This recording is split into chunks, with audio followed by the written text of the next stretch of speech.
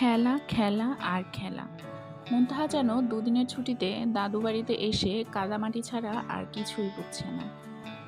আর আমিও তাকে কোনো রকমের কোনো বাধা দেইনি। আর আজকে ছিল দাদু বাড়িতে সেকেন্ড দিন, আর এটাই ছিল লাস্ট দিন। তো হ্যালো এভরিওয়ান, আসসালামু আলাইকুম। কেমন আছেন সবাই? আমি ইশরাত শরীফ মুন্নি চলে এসেছি আপনাদের সাথে আমার শ্বশুরবাড়িতে বেড়ানোর সেকেন্ড দিন নিয়ে। তো আজকের দিনে আমরা বেশ খাবার দাবারের আয়োজন করেছি এবং বিভিন্ন রকমের সবজি পেড়ে আমরা ঢাকায় নিয়ে যাব, সেগুলোর প্রস্তুতি দেখাবো। আর এই তো আমার শাশুড়ি রসের পিঠা তৈরি করেছিল, এগুলো খেতে এতই মজা যা বলার বাইরে।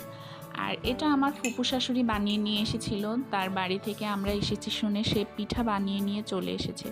পিঠাগুলো এত সফট হয়েছিল যে কি বলবো আপনাদেরকে, আমার ধরাতেই বুঝতে